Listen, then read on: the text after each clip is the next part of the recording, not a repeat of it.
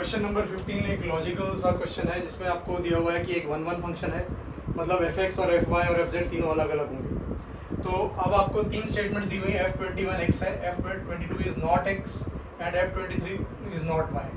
अब ये तीन स्टेटमेंट में से बोला गया है कि एक ट्रू है और एक बाकी दोनों फॉल्स है।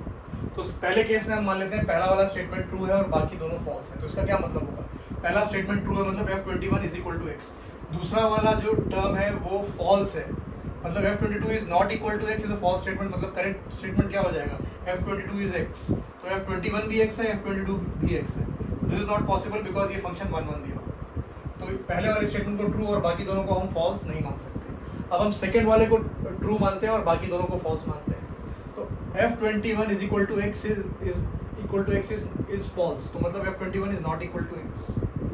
f22 is not equal to x is true, तो f22 is also not equal to x, तो f23 जो है वो x हो जाएगा और f23 y भी दिया हुआ है। तो x और y दोनों f23 नहीं हो सकते, ये भी वन वन फंक्शन है इसलिए ये भी ट्रू नहीं होगा। अब तीसरा केस ऐसा होगा, पहला फॉल्स, दूसरा फॉल्स और तीसरा ट्रू। तो पहला फॉल्स, तो मतलब इसका मतलब हो गया f21 is not equal to x, ये करेक्ट स्टेटमेंट हो गया। f22 is not equal to x, ये भी फॉल्स है, तो f22 is equal to x आ गया। f23 is not equal to y is true statement.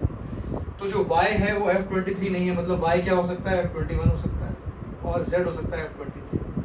तो यहाँ पे ये पॉसिबिलिटी है और फिर f22x हो जाएगा। मतलब आपका ये इससे पता लगता है आपको कि f23 is equal to what, is equal to z, f21 is equal to y and f22 is equal to z, sorry x, ये पहले वाले से निकल के आता है। अब आपसे पूछा गया है f इनवर्स ऑफ x, तो f इनवर्स ऑफ x की वैल्यू हो जाएगी 22, तो आंसर होगा इसका 22।